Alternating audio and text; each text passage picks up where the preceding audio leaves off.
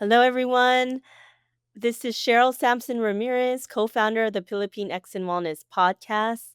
And I am excited to bring back the lead functional medicine physician of Love.Life, located in El Segundo, California, Dr. Jaclyn Tolentino, who will be talking to us about melatonin, vitamin D, and sleep. The co hosts for this episode are both Sheena Katz and Mark King. How does melatonin, vitamin D, and sleep play a role in our overall functioning as well as our immune system? All this and more in this episode. I hope that you enjoy. Hello everyone, magandang araw. This is Sheena Katz and Mark King, and we are the hosts of Pilipinx and Wellness, a podcast rooted in community, culture, and collective healing for the Pilipinx community. And today we are super excited to announce something we've been dreaming up for a while. We are launching our official Patreon. This is your invitation to ride along with us. If our episodes have ever made you feel seen, witnessed, or naintindihan, then this is your space to be part of what keeps it going.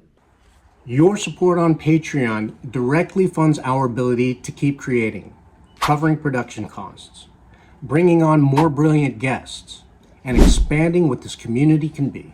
We've also created some very special offerings for our members, things like exclusive bonus contents, Filipino health and wellness products, invitations to live wellness events, digital resources, and more.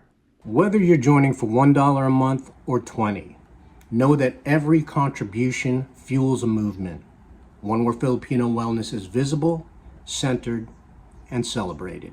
So if you've been vibing with us, learning with us, and would like to see more, come join us on Patreon. Let's strengthen this movement together. Maraming salamat. Maraming salamat.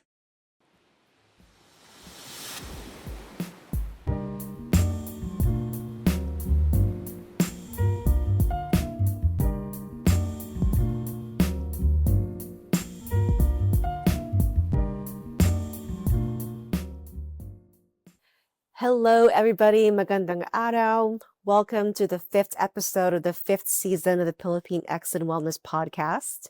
I'm your host, Sheena Katz, and my pronouns are she and her. For today's audio description, currently I am wearing a blue denim shirt. My hair is down. I'm wearing some gold hoop earrings, and I'm seated in front of a bluish gold painting behind me. And co-hosting with me today in this episode is Mark King. Hello, everyone. Again, my name is Mark King. I'm located here in Los Angeles. I'm wearing a black hat, black shirt. I'm sitting on a chair that has the colors of black and purple. I have a beard with a little goatee at the bottom of it, pointy goatee, salt and pepper. And happy to be here. So, everyone, following our last episode, local food to Kamayan with social, ecological, environmental design, and food systems expert, Dr. Amber Heckelman. We will be coming back to lead functional medicine physician of Love.Life, Dr. Jaclyn Tolentino, to talk to us about melatonin, vitamin D, and sleep. As mentioned in previous episodes, as a disclaimer, all views discussed are for informational and educational purposes only. It's not meant to be medical advice, nor does it constitute therapy or professional advice. Always consult with your healthcare practitioner, especially before starting any exercise or new health program, or a qualified mental health professional for your particular condition. And without further ado, we would like to welcome back to our podcast, Dr. Jaclyn Tolentino. Hi, Martin. Hi, Tina. Hello. Um, Dr. Jaclyn, as you recall, we typically like to open up our episodes with knowing where our guests are from. Can you please remind our community where are both sides of your family from and where you are currently streaming from at the moment? Yeah, thank you. It's nice to be back. My parents, my mom and dad, they're from Manila and Quezon City. They're currently in Naples, Florida, and I am right here in Los Angeles, California as well. Well, we are so happy to have you back. When we first had you on the first time, we talked about hormonal health 101. This time, though, we'll be talking about one of the topics that you presented in Love Live's longevity learnings: melatonin, vitamin D, and sleep. Although for Love Live, the title ended with sleep connection. So we learned that these all have to do with hormonal health, which is your specialty. So let's start off with a deeper dive on longevity learnings. What are they? When did you shoot these recordings, and how can our community access them? Yeah, so longevity learnings. It was a We originally wanted to do something that was going to help bring the community together, especially since Love Life is so new right here in Los Angeles. And one thing that we were thinking of was, how do we bring the community where we can offer education and think about how all of the different modalities and the different experts can provide information to the public? And that's where longevity learnings was birthed. It was birthed over this concept of wanting to provide as much education as we can to as many people as possible, but also showcasing some of the things that we're offering and what we're doing in at the same time. And when I decided on like which things that I wanted to talk about for each of the 9 parts of longevity learnings, we stemmed the information from a recent Longevity Fest conference that took place in Las Vegas. And it does take place every December. And it was called Longevity Fest. And at this particular conference, there are thought leaders from across the world doing lots of different kinds of research and wanting to showcase all of the different things that are available to people and how we can continue to educate the public on what is out there to support your body. And I took some of the gems and the pieces from the Longevity Fest conference and embedded it into that 9-part series of longevity learnings. And so we held each one. It was a weekly series that we did for 9, maybe 10 weeks straight, because I think I got sick for one of them. And we held it locally right here at Love Life.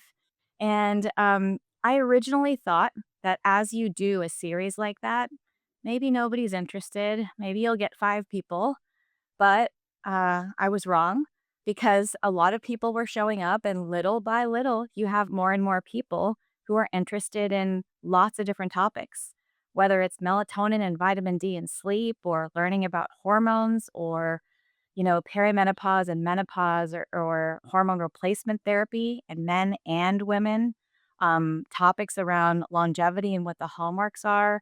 What are we looking at when we're thinking about how people age and what's going to be the most beneficial for health span?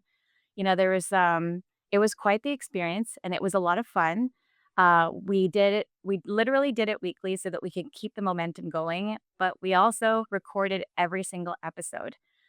I loved that even though we recorded the episodes, everybody who came to Love Life for each of these in person, we held space for everybody, meaning we kept time for Q&A afterwards so that whoever showed up could also raise their hand and ask questions and feel open to reflect on the information, and then have the opportunity to ask different questions and, not feel judged for it or think that it's strange to ask a doctor something. Everybody loved to sit and listen to the Q&A. That was the best part, is just hearing from other people. You present a little bit of information, and then you get to hear what kind of thoughts it springs in your head about what your current care is like. What should you ask your doctor about? You know, Maybe you're having some symptoms and you want to understand and have a better explanation around that. So it was a really cool thing to do, longevity learnings. I would love to do it again in maybe a different format and capacity, but we put all of them on Love Life's YouTube channel so that everybody can also take a look and, learn and see what we're up to. And I um I think it was something where we can continue to evolve it and continue to have the 2.0 version and the 3.0 version, because once people learn more about the foundations, there's that opportunity to just take it to the next level, which means cases. And maybe this is about literally walking through a patient case or talking to a patient directly, just hearing what that dialogue is like. I think that there's so many ways that we can do it. And now that Love Like has been around for this past year, there's also opportunity there as well so that we can hear from our people. Well, please keep us posted when 2.0 and 3.0 launches. That's so exciting. I will do. Yeah, thank you. Nice. So let's start off with melatonin. I know this was of Yes. interest to both Cheryl and myself, just because we travel a lot. So, melatonin is one of the supplements that's recommended to adjust for time zones when you're traveling, more specifically known as jet lag. But we also know that it's used by individuals who just have trouble sleeping, right? So, when it comes to jet lag or sleep disturbances, what are your thoughts on taking melatonin for support? Um, Man, there's a lot to unpack, which is why I'm glad that we get to have this whole episode about it. Um, I always think it's important for people to know what they're taking. So that means that if you think about supplementation, before you decide that you're going to take a supplement, let's rewind a little bit and take it a step back to exactly what melatonin is. And this particular hormone is a hormone that's produced by the pineal gland in the brain, and it's usually produced there in response to darkness. It plays such a big role in your sleep and wake cycle because of that, and to your body's internal clock. So, we're thinking about your body's circadian rhythm of how well it runs during the day and what it's meant to do when you're sleeping. So, it's very much a multitasker. It's not just about sleep. It's also supportive for our immune system, it's supportive for our gastrointestinal tract, and it also helps to decrease inflammation in our body, help get rid of bad cells, and do a lot of things while we're sleeping. And I think that's the fascinating thing is that it's not just used for one thing. Our body is using it dynamically in many different ways. The other cool thing about melatonin is that it's not just produced here. We think, okay, melatonin, sleep hormone produced in the brain, but it's actually produced also in your gut. It's also produced in all of our cells in response to light and darkness. It's produced on our skin. Um, you think of pregnant women, mamas, they also have melatonin that's produced in the placenta.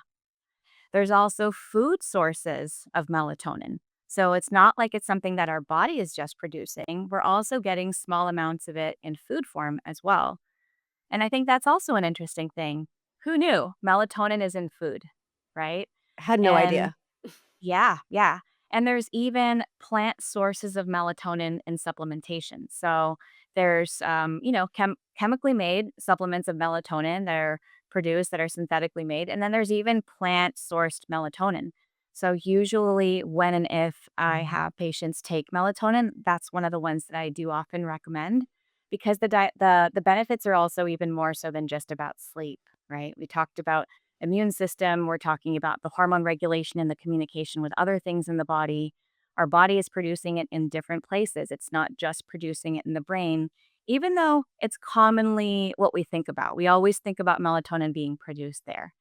So when people take it in supplement form, why would we even want to take it to begin with if our body makes it, right? Um, as we get older, just like many other hormones in our body, as we get older, our ability to produce these hormones starts to decline. And that means that with every wake and dark cycle, with every single night and day, how we produce melatonin every single night is also changing with age. And a patient just brought this up to me just yesterday. I used to be able to sleep so well in my 20s. And now in my 40s, I'm following a very similar sleep routine and regimen, and I'm not sleeping as well.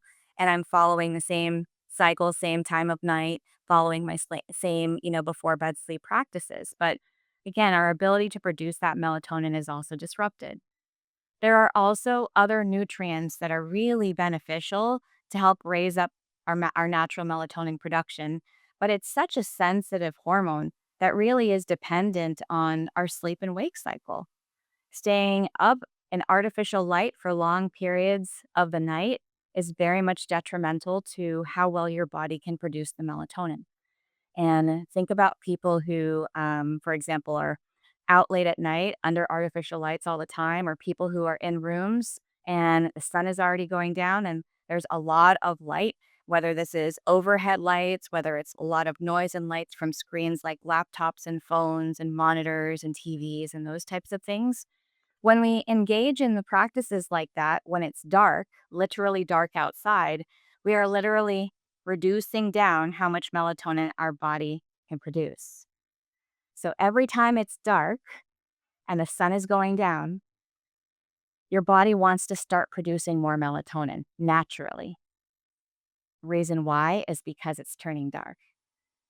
And then when the sun comes up, your body doesn't want to wake you up. It's part of that sleep wake cycle. So we produce the most melatonin when it's dark as much as possible. So usually between the hours of around like 9 to 10 p.m. and 3 a.m., most melatonin production. So if we're not producing as much of it as we get older, and maybe we're engaging in some of these sleep habits where we have a lot of artificial light at night when we shouldn't, you can see it could be a perfect storm for people to have night over night disrupted sleep, which then equals disrupted wake cycles, brain fog, sluggishness, lack of motivation, tired throughout the day, you name it. The list is really long for ways that low melatonin production can affect that. So, supplementing with it, when it comes to sleep, I always like to support how we naturally should be supporting sleep cycles. So, I'll always ask patients questions about how late you're staying up, what are we doing to get ready and prepare for bed? What is the light situation like at night in the rooms, on the screens and the monitors, and the frequency of taking a look at the phone and all of the things? And really trying to create a sleep sanctuary that has a lot more darkness and less light at night. With that being said, a lot of people are telling me I'm dialing in with all of those things, but I'm still not sleeping well. And again, it kind of goes back to, do we have enough of the right nutrients? Are we getting enough natural light outside during the day, in addition to what we're doing at night to help our bodies prepare? Are we eating too late? What is the components of our meals that we're eating that's causing us to also have disrupted sleep? Is my blood sugar regulation off? Because if my blood sugar isn't stable and regulated, also disrupted sleep. So usually we'll start there and we talk about a lot of lifestyle things and we ask these questions about what people's lives are like. And then separate from that, I might introduce certain minerals like magnesium or different kinds of herbs to help support people. And then I sometimes do recommend melatonin. And I usually recommend the plant-based melatonin versus the synthetic kind. And there's differences in how people react to melatonin. And I think that's a very tricky market because when you look at supplements that are out there and that are available for melatonin, there's no real regulation for it all, right? You could pick 10 different supplements of melatonin and have them all in front of you, but the exact amount of how much melatonin you're getting in each one, despite what the claims are on what the label says, you still might not be getting that amount because the industry is not well regulated. With that being said, there are certain brands that have been third party tested for purity, for potency, that really do say what exactly is in it is true in terms of the amount of melatonin that you might be getting. And that goes for all supplements, that we do need to pay attention to everything that we're putting in our bodies. Um, when people take it in supplement form, the first thing people tell me, oh my gosh, I took melatonin and I got weird, crazy dreams and I felt unsettled. I just didn't feel like it was good for me, so I stopped taking it. And usually, when that happens, it's because the dosage of the melatonin was likely too high and your body was also adjusting to that. So, I usually will tell patients that the most common side effect of melatonin is often the mood swings, irritability, strange dreams, sometimes nightmarish type things, and you'll wake up feeling unsettled and unrested. It just feels uncomfortable. And usually that's too much. And so we typically do need to dial back how much melatonin that people are taking. And if that was the case, so that they don't experience those kinds of side effects. Interestingly enough, in addition to that being an option for sleep support, in addition to all the sleep hygiene things, I have patients, myself included, who have taken really high doses of melatonin for different reasons. So there is a therapeutic potential and benefit to taking higher doses of melatonin, sometimes along the lines of 10, 20, even 30 milligrams of melatonin, far more than what you would typically see in some of the over the counter ones that are typically between 2 and 10 milligrams. And the reason why is because melatonin at those higher doses does have the therapeutic potential to support immune regulation. So, in the integrative oncology world, we'll use higher doses of melatonin to support the immune system for those patients. There's an interesting supplement line that was created by an integrative oncologist through the brand Integrative Therapeutics. I have no affiliation or association with that brand or anything, but I just love the fact that an integrative oncologist was thoughtful enough to put higher doses of melatonin along with other complementary herbs to support patients that were dealing with cancer and different kinds of immune conditions. So it's like anything. You should always talk to your doctor about what you're using and why, and taking a look at the brands and the supplements and how much is in it, and paying attention to how you feel when you take things. Because, you know, as we think about adding different things to support our lifestyles, all of this is out there, but it's about being more thoughtful around what you're doing and what you're putting in. That's so interesting. And you actually kind of touched on my next question, which was, what exactly is the correlation between melatonin and longevity, since you did include that into your courses. So, immune system, I had no idea. Yes, yes. And I think that, when I think I mentioned this before because I was struggling and dealing with my breast cancer in my early 30s. But when I was thinking about it, and I was taking melatonin in higher doses at that time, I had to go back and remind myself, how have I been sleeping in the past 5 years, 10 years? What's that been like? Do I feel rested in the morning? Am I waking up feeling energized, or am I dragging and getting out of bed? What was my energy like during the day? And throughout all of those years before I ended up having that breast cancer diagnosis, sleep wasn't dialed in. I was staying up late. I was studying until the wee hours of the morning, like all of the things. I wasn't engaging in those right sleep practices. So, this is why it's also so important that we take our own inventory. Reflect on your sleep cycles. Think about how you feel in the morning. Think about what more that we can be doing to help support lifestyle, all the natural ways. And then we can talk to our doctors about different things that can help beyond that. It's great as you were describing, uh, how light plays a huge part of what, of your sleeping pattern or sleeping habits. I felt like you were just talking Yeah. straight to me. Like my Oh, light hygiene when I'm, it's no different than it has been before, but when you also talked about as we get older, our hormones may change, and that may influence the sleep yeah. patterns that we have. Because I feel like for myself, since I gotten back from the Philippines, which was back in February, my clock has been completely off. Mhm. Like, I'm not getting to bed till, like, 2, Mm, 3, sometimes 4 o'clock in the morning, and then getting up, like, around mhm. 9, 10, or 11. Um, and because Yeah. and it's great that you went through these questions to start asking ourselves, like, what are my computer habits or my phone habits? What light what was Yeah. interesting also, you had mentioned also how much light you're getting during the day. What is a good amount of light to make sure that because a lot of us, we're in front of our computers all day and not outside, so what's a recommended dosage of being Yeah. outside? My recommended dosage, Marking, is as much as possible. Because what we're seeing now is that 90% of us here in the US are indoors under artificial light for way too many hours of each day. And not just that, we're in front of screens where we're literally nearsighted, straining our eyes, looking 2 feet ahead at our laptops, where under the artificial light of where we're at, we are sedentary. We're sitting for far too long. We're not standing. We're not moving our bodies. We're not getting out and exercising. So that's a striking number, right? When you think about how many people, 90% of the population is doing that. So my advice is for us to get outside as much as possible to make sure that we are getting that natural light because our bodies weren't meant to be cooped up indoors, right? We're actually meant to absorb and soak in the sunlight during the day to rest our bodies at night.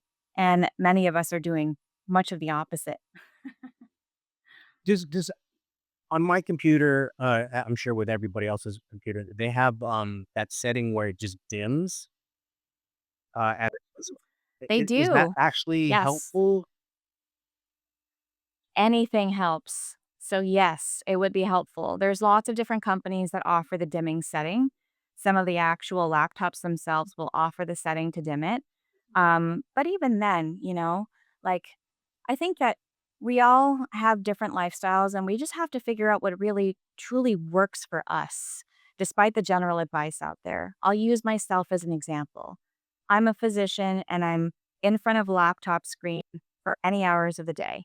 It's not just about seeing the patients and documenting the record, but there's also messages and emails and communication and lots of things that we're doing. And so trying to set the boundary for how often I'm in front of the screen and when I take breaks and stretch and how often I get outside and spending a little bit of time in between the patients to do that and taking a walk outside of the building at Love.Life, that becomes almost a necessity to remind my body that I shouldn't always be straining in front of the laptop, straining my eyes in the screen under the artificial light for hours on end. And so taking the little breaks is even helpful. Any little bit that we can get, if we're dimming the screens, if we're using glasses that can block off some of the blue light that we're getting from all the artificial screens, that's also helpful too.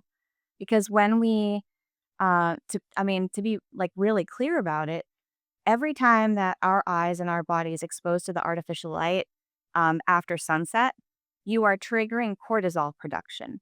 And so, cortisol is that stress hormone that is actually the opposite of melatonin, of what you really want to create when you're getting ready for bed. So, the more bright lights and the flickers and all of that when you're trying to relax your body and rest it, it's almost like you're fighting against that. And so, as much as possible, if we can engage in the lower light, whether it's the dimming or even the frequency of using it, using my laptop, I try to set that boundary to make sure when you're getting ready for bed, there's no laptop around anymore. And then also, if I need to, if there's an emergency or there's an issue with a patient or you name it, using the glasses. And have you ever used any of the glasses that are like blue blocking glasses? They make different kinds now for different strength levels. So having ones that can block off the blue light from the screens, at different times of the night can also be helpful. The one that I have has like orange lenses and then it has darker lenses that are red. So you can like swap them in and out. And the orange lenses, it's so fascinating. But when you put on those glasses, and you wouldn't know it unless you put on a pair yourself. But if you put on a pair of the glasses with the orange lenses, your body instantly calms down. It's a sensation. I can't describe it until you put one on. But when you wear any of those lenses that are blocking some of that additional blue light, your body just naturally calms down. Interesting. These are Yeah. so what you're saying is I get to be really stylish when when I'm in my night routine. I get to put my glasses on. Um, I mean, it depends on how much we're engaging in Mhm. all that light, right? Which seems like a So, lot. for It some seems like a people, lot nowadays, right? yeah. The unfortunate reality is that it's a lot of people. It really is a lot for many of us, and like trying to create the habits. Sometimes it's just the little things, like once the sun is starting to set here in LA, it's been roughly 8 p.m. or so. Yeah, roughly around 8 o'clock. So I love going outside because then you're getting the natural infrared and red light that is most rich and concentrated as the sun is coming down. So the two times a day that we get the most healing powers of infrared and red light are sunrise and sunset. And that's also just training your body that, okay, the sun is setting. Usually me, Charles, and Co. will thank the sun for the day and say, thank you, sun. Thank you for lighting up our day. And then as the sun goes down, the body just wants to relax. Body wants to rest. It doesn't want to be super stimulated because it's trying to really create the best environment possible for you to create that natural melatonin that supports all of the healing that your body needs. And when you consistently engage in sleep hygiene practices like that, your body trains to its circadian rhythm. And then you'll be one of the people who wakes up naturally without the Mm, alarm. I forget what Yeah, that's like. we Yeah. have some work to do. These are really like I feel like at least for some of these suggestions we know, but to hear it again, especially from the perspective of longevity and healing, I think these are great reminders for us to Yeah. really pay attention to and revisit, like making sure we are going outside, again, limiting our time in front of Yes. the the computer, exercising, standing up. I Yeah. think those are great reminders for us. Before we go on to our next question, you did mention about foods that you can eat that provide natural melatonin. What are some of those There foods? are There is a whole list of natural foods that help to support melatonin production. And there's different fruits and vegetables, nuts. So if you have a couple examples, like in the fruit category, you're going to find things like apples, bananas, cherries, cucumbers, grapes, kiwi, peppers, pineapple, pomegranate, strawberries, even tomatoes that actually can give people melatonin. And vegetables, more like the cabbages, spinach, almonds, pistachios, walnuts will have some. You'll also find that even oils like extra virgin olive oil actually also has some melatonin in it. Coffee in the morning. Some people will find that interesting that there's also some melatonin in there as well.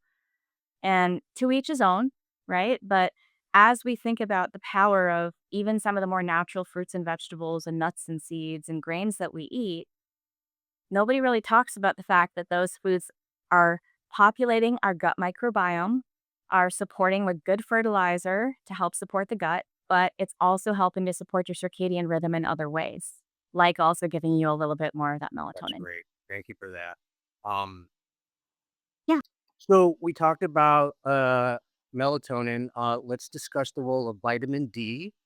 Most people are vitamin D deficient. They say that this worsened because during the COVID-19 pandemic, when most countries were asked to quarantine at home before issuance of COVID-19 vaccination. Vitamin D is directly correlated to the immune system. During our one of show, Cheryl shared she was informed that vitamin D is accessed through the body through our eyes and strongest during the early part of our day. Many of us also take vitamin D for via oral supplements. Can you talk to us a little bit about vitamin D Yeah. deficiency and its impact on our health and some optimal recommendations? Yeah. Yeah. It's probably one of the more common ones that people will get lab testing for and find out if they're deficient for it. There's different lab ranges, typically between like 30 to 100 on a typical lab, and anything less than 30 is considered a deficiency. I always like to I remind patients that there's a few different ways that we get vitamin D. It's fortified in foods, um, not a great source.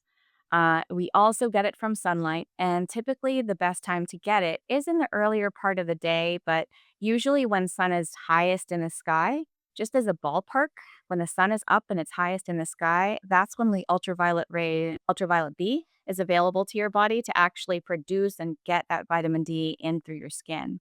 And it's interesting because not everybody can absorb it well. There are things that are blocking off the vitamin D getting absorbed into the body, including how well we can convert it into its most active form. Some people have genetic issues that can play a role. There's a vitamin D receptor that is also on the surface of our skin. Sometimes that plays a role in how well people can absorb it. And so, even if you think you're outdoors all the time, you might not be somebody who is able to absorb it well, and it might come back very low in blood testing. With that being said, at what point should you or can you supplement with it? Many people find it to be helpful because of its effect on the immune system. So, again, going back to COVID, it was also recommended vitamin D helps to support immune regulation and immune resilience, but it also helps to get calcium out of the blood and into the bones. And that's important to also help to support osteoporosis and osteopenia so that our bones don't become brittle. That's another reason why vitamin D is so helpful. But it's also not just that. We think about it in those ways. It is also a hormone. And so, from a hormone standpoint, vitamin D helps to support lots of different things. It wasn't just the bones, it's not just getting the calcium in there, it's not just the immune system. We'll find that patients who have optimal levels of vitamin D, mood is impacted by it if it's deficient. Mental health can be impacted by low vitamin D levels. Cardiovascular health can be impacted by it, even things like blood pressure. General disease states like even having inflammation can be impacted by lower levels of vitamin D. How well you can maintain muscle health and muscle function, and thinking about that as we age, and how important it is to maintain muscle. Our metabolism is also dependent on really good levels of vitamin D. Certain cancers, higher amounts of vitamin D, more optimal, less cancer risk, less risk of recurrence. And so utilizing vitamin D and melatonin, right, as a powerful tool in the immune world to help support that as well. And even our gut microbiome. Vitamin D also helps to modulate the gut microbiome and all the different bacteria that are associated there to support how well our GI health can function. So it's fascinating that both of these hormones, because vitamin D, although it's a vitamin, it's also a hormone, are doing more than just what we thought, right? It's not like melatonin is just for sleep and vitamin D is, just to support getting calcium into the bones. They have very dynamic effects that have lots of different effects on different parts of our body. All the more reason why we should dial in our sleep and we should get outside. It's such a simple rule. Just watch how you sleep and take advantage of being outside because it on so many different levels, it just adds to the longevity of our lives and in a lot more ways than I'm 100%. really starting to realize. Yeah, yeah. I think that's why, when we think about lifestyle medicine and doctors who recommend, different aspects of lifestyle for support, it's at the top of the list. Setting the foundation for everything else is going to also, I mean, you have to ask those questions. You have to ask about how people are sleeping and what they're doing during the day. And, are you spending 2 hours commuting? And then are we stuck inside of a building for another 8 to 10 hours? What is that doing to our bodies? So, lots of questions and lots of like personal inventory and things that we need to ask ourselves, and then as we take that inventory and we have those questions, talking to our doctor and having a real frank conversation about it. Yeah. Yeah, I think the biggest takeaway is for me is start to be outside more often and take those breaks in front of the computer. Yeah. Yeah. I mean, so many of us, right? Like that 90% of the population, many of us need to take inventory of that in particular. Going outside for just a few minutes between waking and going to the car to commute to a job, get outside. Make sure that can you open windows? Can you step away? Can we take our lunch breaks and have a lunch break outside for a quick walk after we eat? Can we have a mid-afternoon break? And for some of us, that means, being really diligent about it, setting an alarm, talking about it at work and saying, hey, I want to make sure that I have a break so that I can just take a beat and rest a little bit and get outside for a bit. Fresh air will do you wonders on a busy work day. If you just stop to go outside for a few minutes and take a couple deep breaths, it does me wonders. Do you feel like businesses are taking that more into account with their employees? Like, for your place, do you guys recommend that everybody, hey, go outside, take a break? Yeah, that's a good question. I hope to see more and more companies honoring and respecting the health of their employees because as they continue to pour out love into the work that they do, they need to also think about their employees and their employees' health. We have really great like front windows that are like floor to ceiling. Sheena, I think you've seen them, that are like that. I usually go outside every lunch. I'm always walking down like 3 blocks to the end of the strip and back, whether it's rain or shine, right? This is not just about just when the sun is out. I mean, it can also be cloudy and I'm still getting the benefits. So, you know, I mean, I don't know, I can't speak for many companies, but I can say that if you raise your hand and you advocate for yourself for what your needs are, that include little breaks in between what that workday is like to help support your body, you'd be surprised, right? Your boss or whoever it is that you're working with might say, you know what, that's a great idea. So we all have to advocate for ourselves and set our boundaries and do what we can. And, for me, it's a non negotiable to be able to get outside in the middle of the day because I can't pour that love into the work that I do, into the people that I see, into these kinds of conversations about their bodies and their health without also doing the best that I can for myself. So, setting those boundaries and making sure that you get that time, so crucial. Mhm. So, before we jump into our next topic, which is actually about sleep, going back to what we talked about earlier, since everybody here does travel a lot, do you have any tips on how we can regulate our sleep when we do travel to make sure that we're getting the melatonin we need? Yeah, yeah. A tough one, right? Especially if we're in different time zones. So I'll always remind patients who travel frequently that you should always adjust to the lifestyle of the time zone that you are entering. You shouldn't stay on what you're currently doing in your time zone in the new location, right? So what that means is that wherever you get to, in order to quickly adjust, you have to adopt the light and dark cycles of that area. Okay. And that's tough. That's hard. It can take a couple of days or even a few weeks for some people, or even as they're getting back to their home location, it can take a couple of weeks to adjust. I think, Mark King, you mentioned it's been since February that your sleep cycles have been off. And regulating it as fast as possible is ultimately the goal. So adjusting to the new location and then adjusting back is always difficult. These are also really helpful times where the additional melatonin can be helpful. And the dosing of how much you would take, it kind of goes back to this idea of you wouldn't want to take too much to predispose you to have those nightmares and unsettled sleep, then you would be taking too much. But if you go to a new location and it's 7, 8, 9 p.m. and you're getting ready for bed and you're like, wow, but back home it's 4 p.m. or 2 p.m., utilizing a little bit of melatonin to help support how you can get to sleep during that time is helpful, along with adjusting the light cycles. So everything dark at the right time. And then, of course, at the wake time of the new location, getting outside, getting natural light outdoors at the time of wherever you are.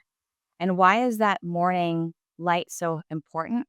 Remember how earlier I mentioned that infrared and red light, the richness of it happens the best and the most in the morning when the sun rises and also when the sun sets. So that sets the tone of your body, it sets the tone of your day. And that means that if you go outside in the mornings, you are also stimulating natural cortisol production. And when we stimulate natural cortisol production, the brain is tricking down to the adrenal glands and saying, okay, it's time to rev up the engine. It's time for Jaclyn to start her day. And so it's retraining your body to do that. And there some people were like, "No, I'm gonna just stick to my own sleep schedule the way that it's been in my past location." It's not going to be helpful for your body to continue in that way. So many people just need to remember that they should try to really align with wherever the new location is. And then same thing, when you arrive back, you got to switch back to that too. And you can utilize some of these little things to kind of help your body adjust. That's super helpful because I'm about to head to the Philippines in a couple of weeks and they're a whole 15 hours ahead. So, this is always something that's Yeah. an issue going back and forth, but this is really helpful. Yeah, that'll be such a fun trip. I always think too, hydration. Remind ourselves too that when you're on planes, being on an airplane is very dehydrating for the body, right? So you got to make sure that you're staying hydrated really well when you're traveling on planes. And can't be sedentary in that airplane seat for 15 hours either. Got to be getting up and stretching and taking the little walks and using the narrow areas to move your body a little bit. All of that is important. That's a good reminder. So let's dive into sleep some more. So there are now accounts on Instagram like the Nap Ministry, which I do follow, that discusses all the benefits of sleep. And there's all these different facts that we kind of know. For example, we know that when we're sick, we're asked to sleep more to give our bodies time to recover. We also know that too much sleep can be characterized as signs of depression, and but not enough sleep can impact our focus, concentration, and cognitive functioning and overall health too. And to add on to that, we also know that throughout our lifespan, our circadian rhythm shifts. It looks different at every age. So lots of different facts, and we'd love to just kind of settle down what we need to know at this point. But let's start from the basics.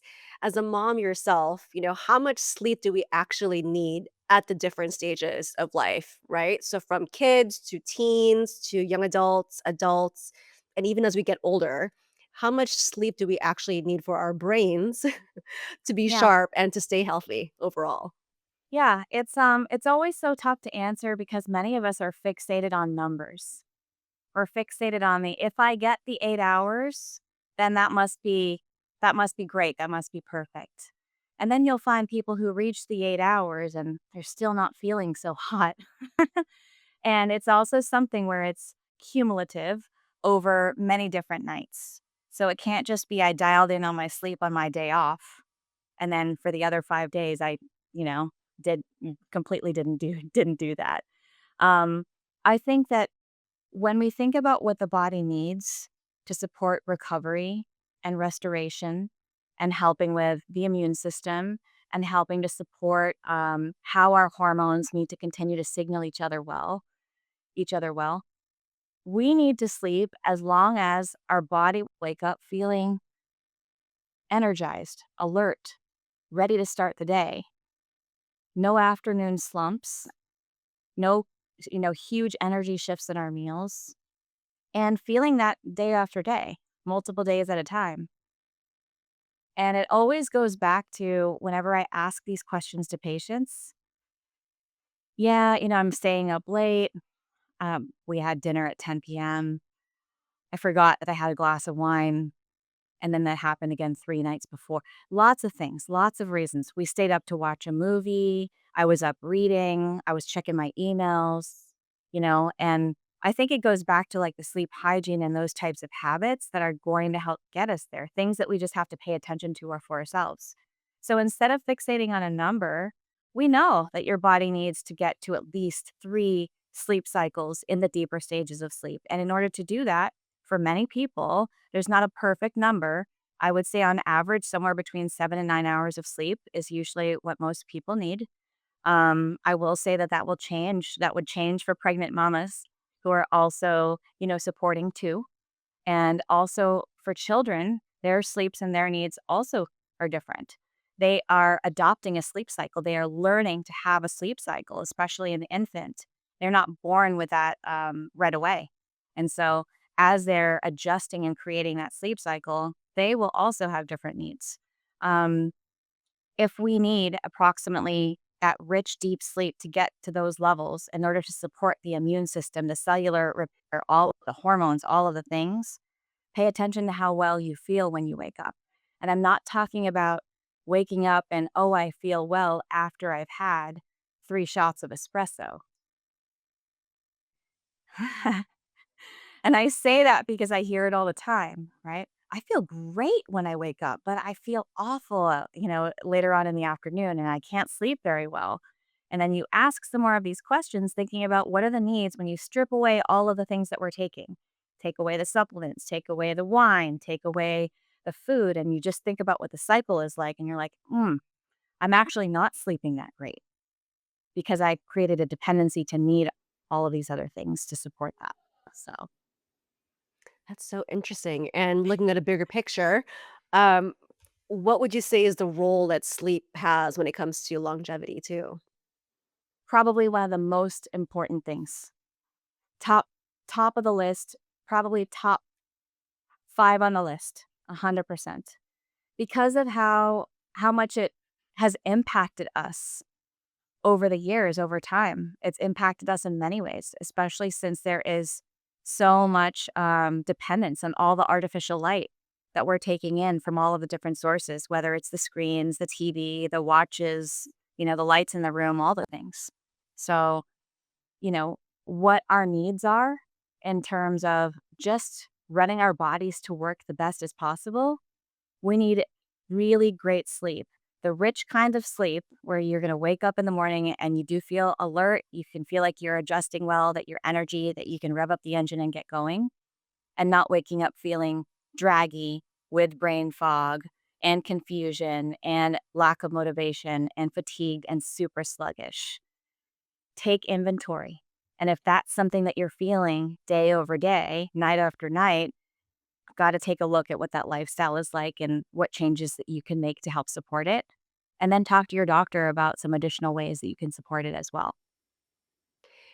It's wild to me that you say that sleep is in the top 5, and yet for me at least, I feel like sleep science and the importance of sleep didn't come into my purview until the last handful of years. It just wasn't a priority for many years. Maybe I just didn't see it around as a priority, but it certainly didn't come as an importance until, I would say, the last 5 years for me.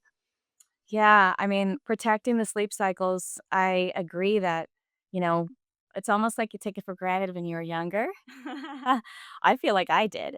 But the diving into it in terms of how helpful it is to support how well your body can heal, and the fascination around how high amounts of melatonin were used in oncology to support cancer prevention, it kind of just makes you think twice about how important sleep really should be and can be to support how well your body can heal and how well it can thrive. Um, I probably would not have paid attention to it as much, but because of the work that I do and the space that I do, it becomes crucial to set the foundation for patients and engage in more thoughtful discussions around sleep. And everybody talks about it um, in in the work that I do because of that, because of how crucial it is to support how well your body can thrive. When you say cycle, what is that? When you say a cycle, a sleep cycle? Yeah, good question. So our body is trying to drop itself down into different stages of sleep, right?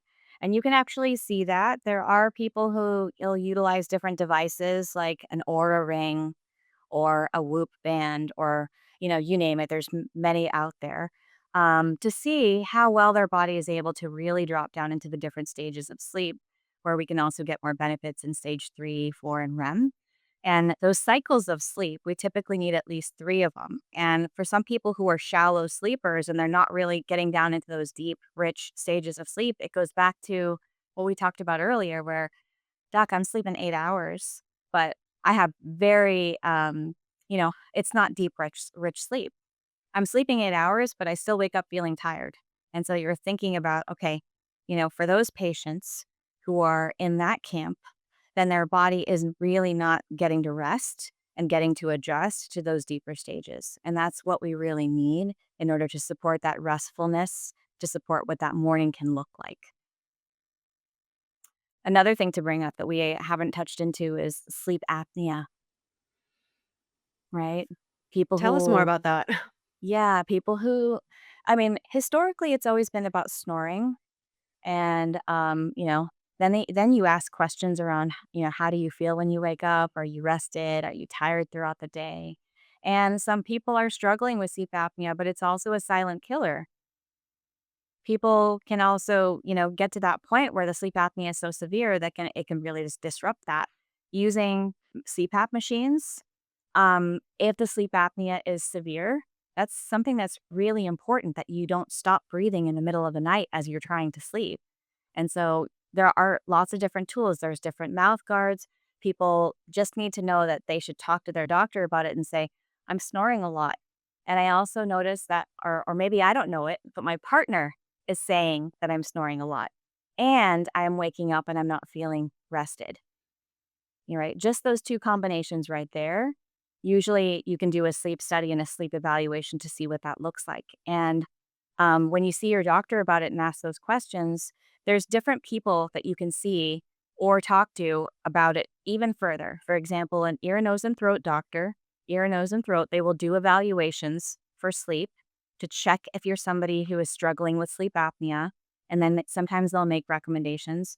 Even a dentist, some dentist offices will also do a sleep evaluation to check on that too. Sometimes there are certain mouth guards that can also be helpful. Um, and then people use different at home devices. And so, say they wanted to check to see if they are struggling with sleep apnea, there are companies that offer at home sleep studies. And instead of doing it just for one night, you might do it for a week or 30 days. And as you're doing the at home sleep study in the comfort of your own bed, in your own home, it also gives more information around, are you reaching the deeper stages of sleep? Are you somebody who could be struggling with sleep apnea and literally stopping breathing as you're trying to sleep? And so those things are also very important too. You gotta, take stock and take inventory and talk to your doctor about it so they can get you to one of these people to help you evaluate that. Whether it's the dentist or seeing the ear, nose, and throat or the pulmonologist, lung doctor, or even, an at home sleep study. Mm. So interesting. Uh, yeah, I can see that the sleep apnea just disrupting your sleeping patterns. Um, and Hmm.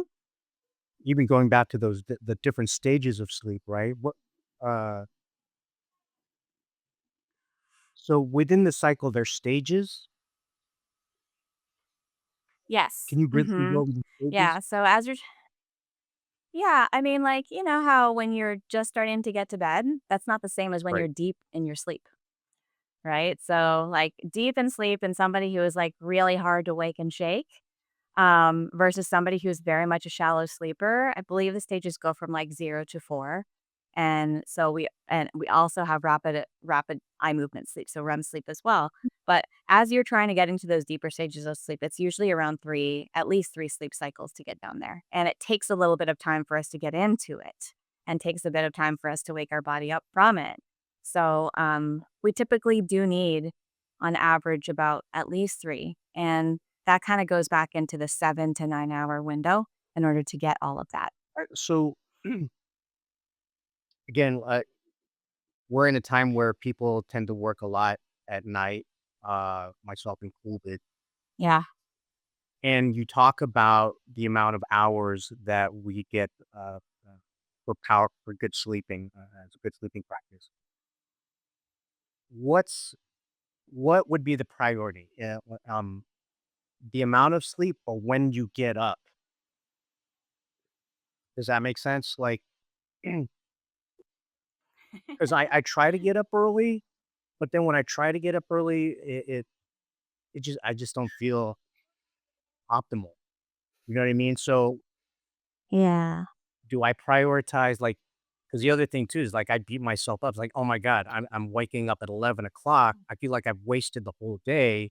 But if my body is needing Mm. those 7 hours and I go to sleep late, Yeah. do you understand what I'm saying? I do. It's hard to train your body to think backwards that way. For patients that are going to bed at 1 to 2 AM, maybe this is a slow dial back to 12 Mm. to 1 AM. And then after a month, maybe it's 11 to 12, right?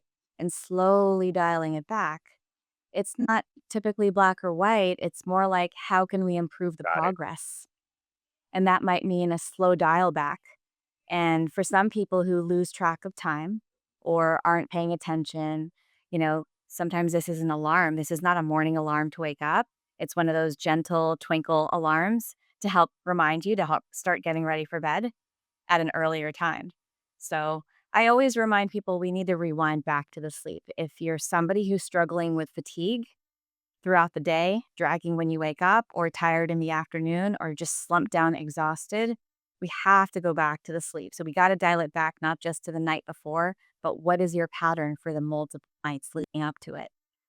And sometimes I'll tell patients, I love to see the reaction. I'll tell them, okay, I'd love for you to close your eyes and visualize yourself on vacation in Hawaii or Costa Rica, wherever. And as you're visualizing that you're going to bed at 10 p.m. and you're having a nice, deep, rich, restored sleep, not waking up frequently. You wake up at 6 a.m. and you wake up and you actually feel like you felt rested. And imagine that for 30 nights. 30 nights. Just closing your eyes and thinking about how you would feel, that within itself, people will think about relaxed, alert, excited, inspired for the day. And that might be a real different feeling than what we're currently experiencing. And so, if that feels different to what's going on right now in your life, start to pay closer attention to what that sleep is really doing for you. And usually, when I'm with patients and I remind them, let's just do this for just a few minutes, they're like smiling. They're like, oh my gosh, if I just adopted, this, and this, and I could feel that way. And there was a possibility that I could feel that way and wake up in the morning and feel rested and feel energized and feel inspired and feel good and literally step outside and just feel like I'm ready to start the day. It's worth taking a look at what we're doing. What time are we going to bed? How often we're on the screens? How do we feel?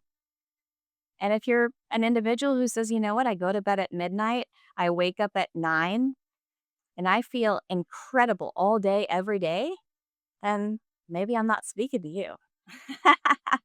I'm talking to the ones who are really not feeling well and feeling as though that lack of sleep isn't recharging their bodies in the mornings, I love that. which is a lot of people. I like the baby steps. Being able to first visualize and feel into that, and then just taking the baby steps to just sleep an hour earlier and see what that does. Yeah. Well, some people will also when I put them in that state of that vacation mode, I'm like, what would you do so differently? If you were on your trip for a month in Costa Rica in, a beautiful place on the beach, what would you do so differently than what we're doing now in terms of sleep? You know, would you put your lotion on? Would you massage your feet? Would you get ready for bed and feel really Mm. relaxed with a nice fresh bed that's made? You know, would you make sure that you brush your teeth early, that you got ready for bed, like that? It's just the way that we take care of ourselves. We need to pay closer attention to that too. And it's not just about what supplement I can take or what medication I can lean into. Um, you know, Looking back and thinking about what would I be doing so differently if I was traveling to this magical place?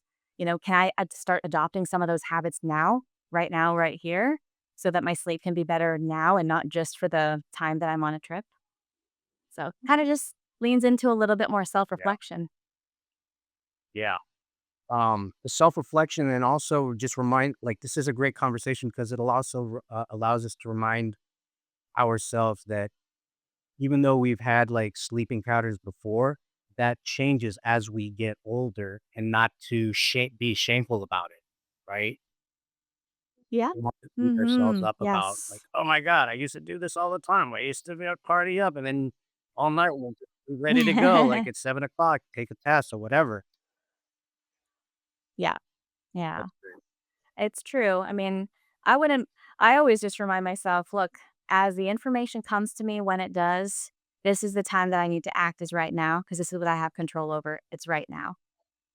And the way that things had happened for me in the past, it's more of a reflection so I can better understand how things happened for me and with me to this body.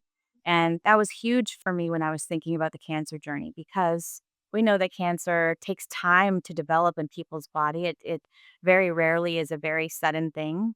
In order for a mass to develop in the body, it's typically between 5 and 10 years when the cells started to change and not work well.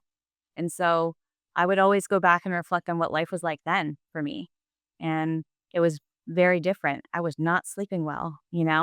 I was not taking care of myself. I didn't have the same types of lifestyle habits and the same kinds of reflections that I'm experiencing these days.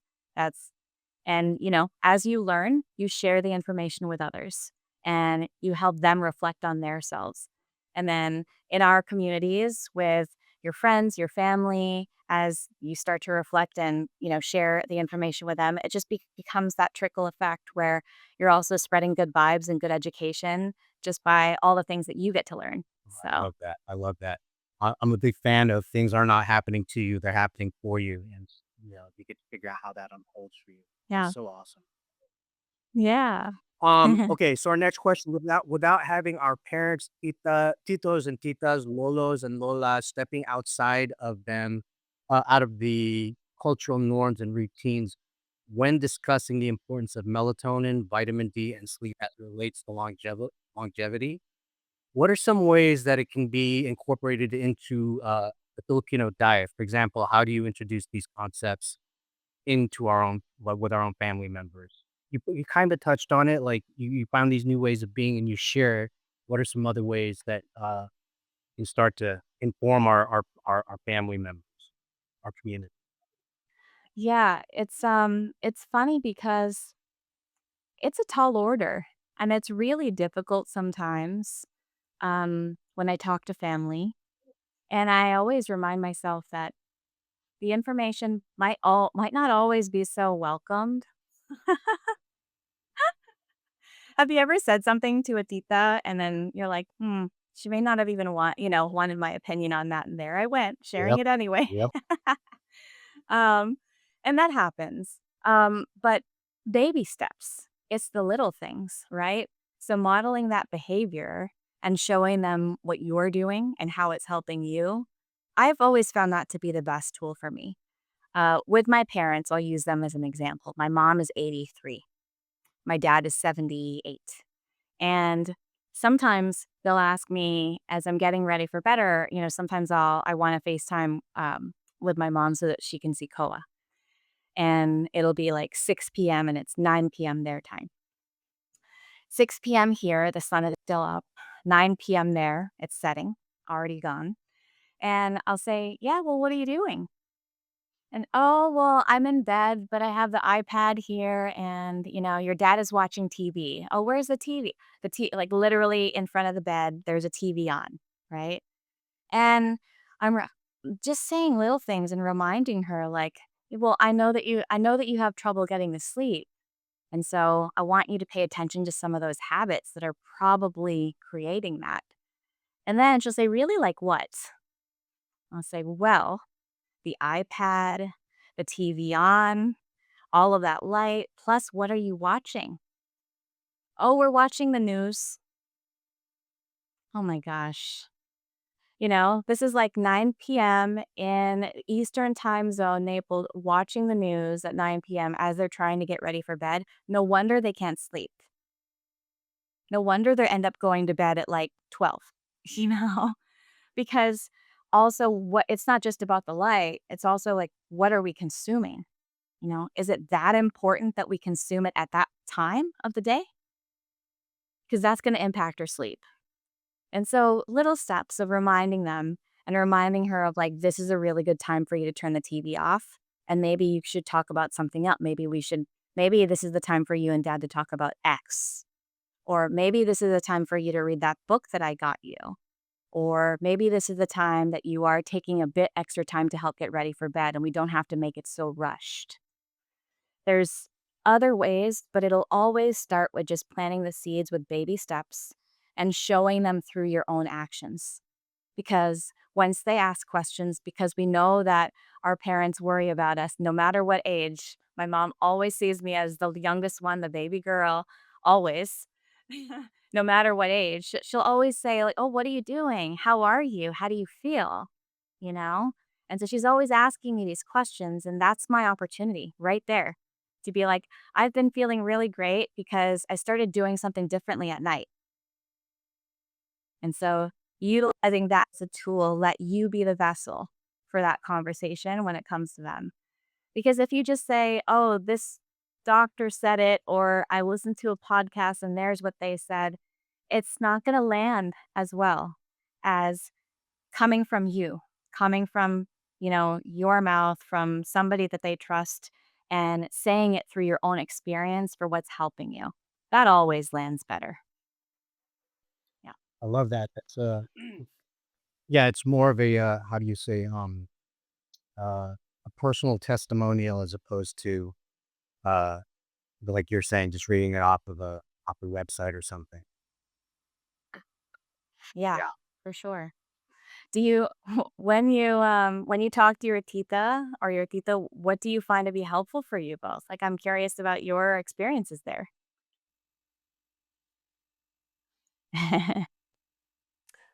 I was gonna say I haven't found an effective way to do it yet, so would love to hear. So, I do like your example of just doing it yourself and have it just leading by example because I've in the past tried the route of, well, I heard this from this podcast, and you're right, that doesn't really land because A, they don't listen to podcasts, and Yeah.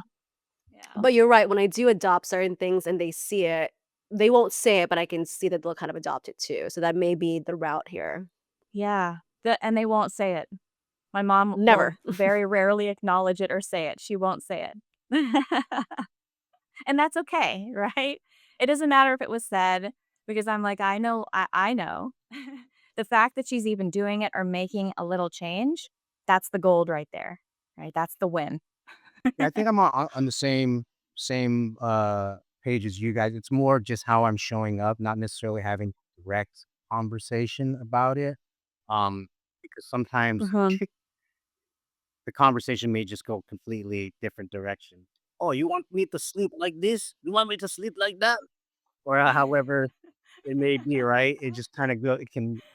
So I just end up, how I show up, at least as far as not maybe not necessarily about the sleep dialogue because there's more new information for me, but in other ways, just Mm.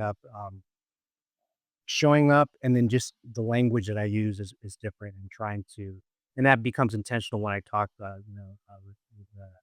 my parents. Mm. My dad, not so much. He was pretty Mm. set in his ways. Mhm. But with my mom, I can see like her adopting different language, and that's like, oh Yeah. yes, yes, yes, yeah. Yeah. Hey, we'll take the wins. Let's take the wins. But even like one thing I brought up to my parents was the bed. Their bed. They hadn't changed the mattress or changed the positioning of the mattress in many years. And so thinking about like the aches and pains and the waking up and the stiffness and the neck hurting, those kinds of things, like the bodily physical symptoms too. I have to remind ourselves like we are laying in these beds for several hours of our lives. And sometimes we forget that we do need to check the mattress, think about the ergonomics of the pillow, how comfortable somebody is when they're in that rested position for all those hours too. But I remember my mom being like, "Oh yeah, we need to change the bed," like thinking about that. So You'll realize there's a yeah. little dip that gets created in your mattress after a while. Like, oh my god, what is this hole in my mattress right now? Yeah. But yeah, well, that's a good, Yeah. reminder as well. The other reminder that I really like was when you're watching whatever it is you're watching, like, what is it that you're watching? Because that energy from that Oh, is affect yeah. huge. Huge. I never used to think about it that much. Like, I never reflected on it or thought that it had an impact. You kinda like, "Oh, no, there's no way that Mhm, impacts me in mhm. that way." But when you start to pay close attention, you're like, "Hmm, what did I watch last night? How well rested did I sleep? Did I have, like, weird, crazy James Bond Mission Impossible nightmare?" Because I was just watching something, like, you have to go back and think about that, and you're reflecting, and you're like, "Maybe Yeah. it is impacting me." And, of course, there's a time and a place and, an afternoon movie. Why does it have to be, like, watching Handmaid's Tale at 10 p.m. or I'm just saying, like, it's, it's y we Yeah, gotta question some of that yeah. too. Great reminders, great reminders. So during your last longevity series, you gave a lot of really cool tidbits, like turning your mushrooms upside down and giving them more sun exposure to get more vitamin D. You know, is the recommended window there still the 10 a.m. to 2 p.m.? But also you talked about fortified milk, orange juice, and cereals. Do you mean Yeah. fortified milk with vitamin D? I love that episode, but I'd love to get a little bit deeper on how that kind of trickles down. Yeah, I mean, I think the example there is that when we think about where we can find vitamin D in foods, specifically, it's not as easy to find it naturally in foods. So a lot of foods are fortified with it. And fortified means that the food itself has the vitamins and minerals added to it, and it wasn't originally present there in high amounts, or maybe it wasn't even present there at all. And so it's been added after the fact into the food. So that's typically what fortified means. Um, I do. It's funny because I've posted the like on my Instagram, and somebody was like, "What are you doing to your mushrooms?" So when I get mushrooms from the farmer's market, number one, I love getting mushrooms locally because this is also grown here. It has the same light code. We're supporting local farmers. I'm thinking about that as well. But take the mushrooms home, wash them, put them in a tray, and I turn them upside down and I let the actual mushrooms get the vitamin D from sunlight. It also enhances the vitamin D that's in mushrooms naturally.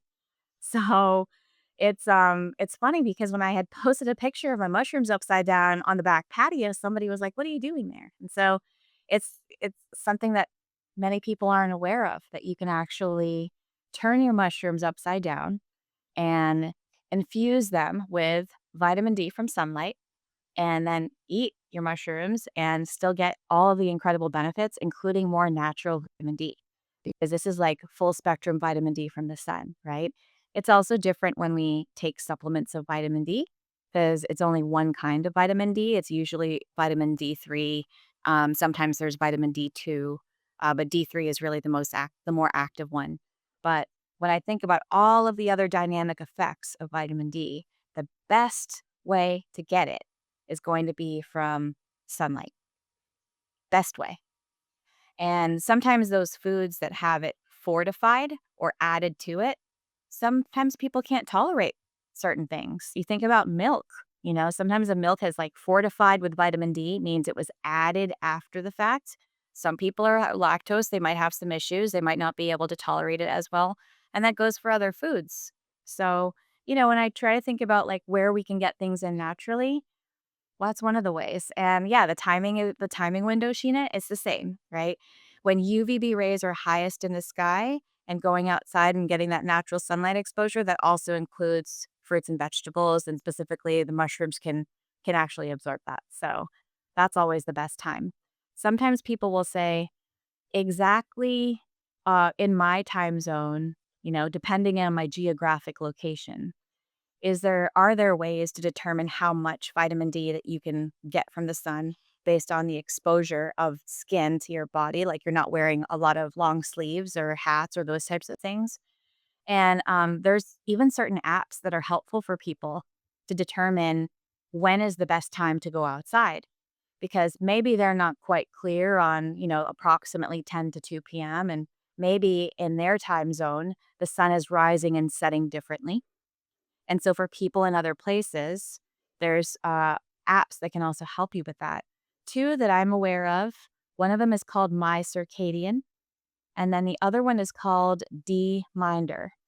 And on my Instagram a long time ago, I did a reel for D-Minder just because people were asking me about it all the time. And they were like, "Hey, what is that app again where you can determine how much vitamin D that you can get from sunlight and when?" Because I'm heading to, another location and I'm just curious about that. And yeah, there's ways because, as you know, the geographic location of everybody is different, and when the sun rises and sets in different places is different. So when they're able to get vitamin D from light is also different.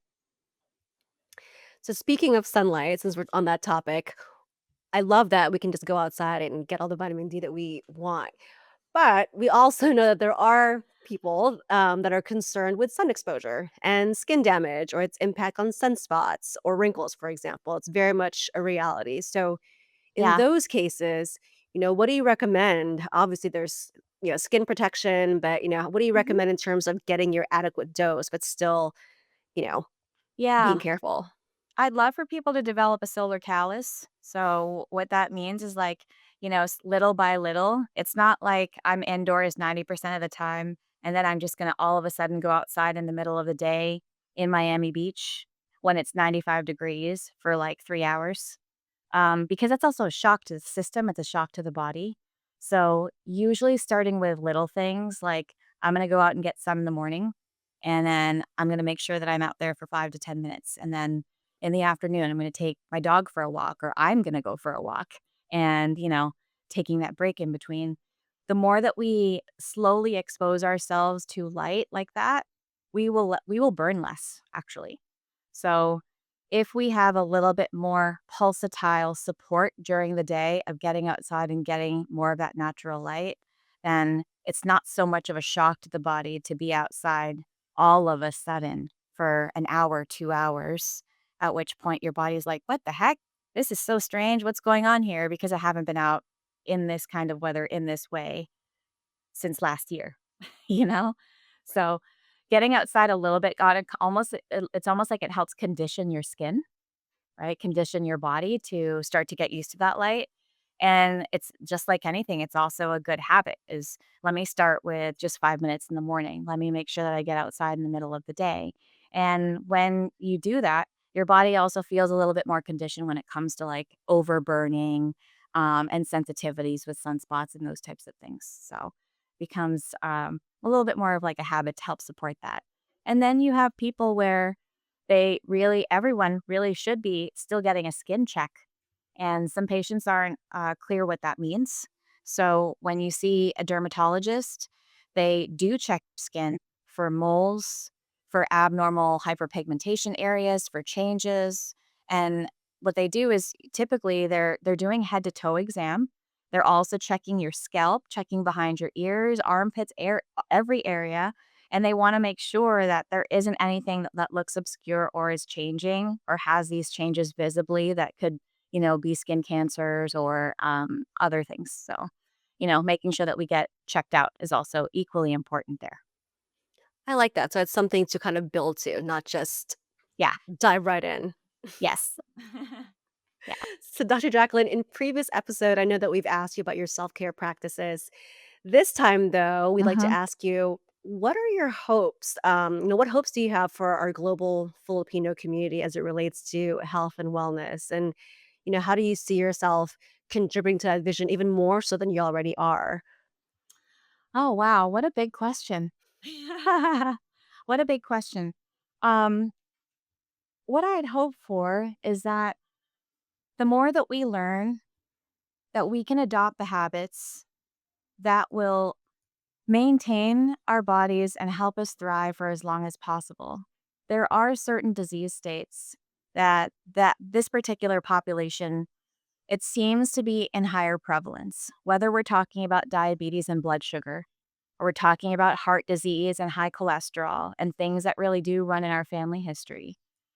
We need to start now. We need to start continuing to educate ourselves, to have thoughtful conversations with others, to pay attention to what we can be doing, where we can make the changes to support our health. And oftentimes it starts with the simple things like sleep and stress and sunlight and what foods we're putting in our bodies and how all of these things make us feel, how energized we feel. Do our brains feel clear? Do we feel, a lot of sluggishness or fatigue? Are we concerned about our metabolic health and our weight? Are we really struggling with exercise and movement? And it comes down to paying attention to a lot of those things, many of the times. And it doesn't start when we're 70 or 80, it starts now so that we can prevent those things from happening when we get older. And there's so much that we can learn. There's so much that we can learn about how we've lived in our past, what changes we've made, what our location is like, what our environment is like. I think taking stock and taking inventory has really been a theme in this conversation the entire time. That, a little bit of self reflection can go a long way, whether it's sleep and how much time you're spending outdoors, but what does that impact have night after night? day after day over the course of years. Um, Conversations like this one are going to then sparkle more conversations with people and their families to just think twice, and also just remind ourselves of what can be helpful, where can we make some improvements, and where can we pat ourselves on the back and celebrate ourselves and say, you know what, I feel really good. I know that I'm doing a great job with this. Or I'm going to support prevention now because diabetes runs in my family and heart disease runs in my family. And my dad had a quadruple bypass and aneurysms run in my family, blood pressure issues run in my family. So I'm going to start now. I want to pay closer attention to the things that I can do to support myself. And again, leading by example in that way.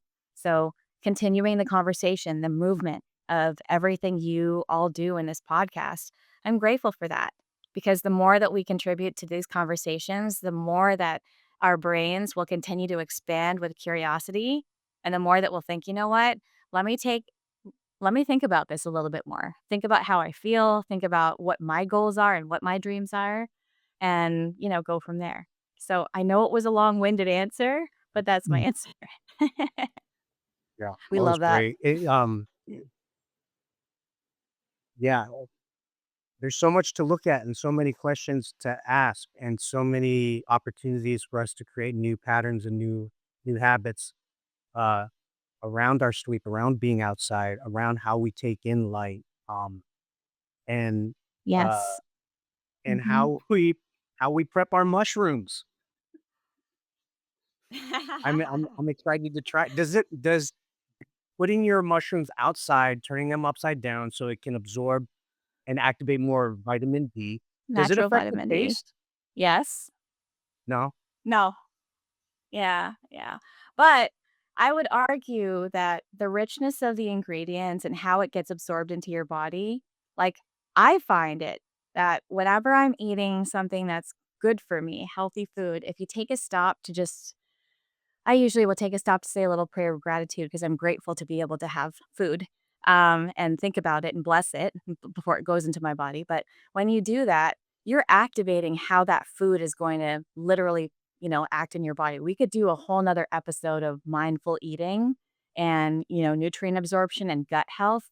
But that little prayer with those mushrooms will go a long way in terms of how it gets into your body and how it gets metabolized. So, yeah, I'd say that I personally would think that the way that those nutrients get absorbed are going to have that it'll pack an Mm. extra I'm so punch. looking forward to having my Yeah. mushrooms now.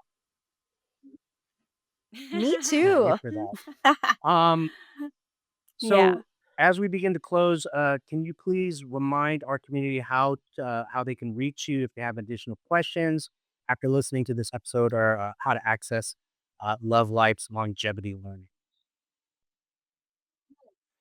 Yes, the longevity learnings. There is a link right on Love Life's YouTube channel, and it has opened up to lots of different topics, from activating your mitochondria to support cellular health to things like sleep and vitamin D and melatonin, to hormones and hormone replacement, to a separate section on women's health.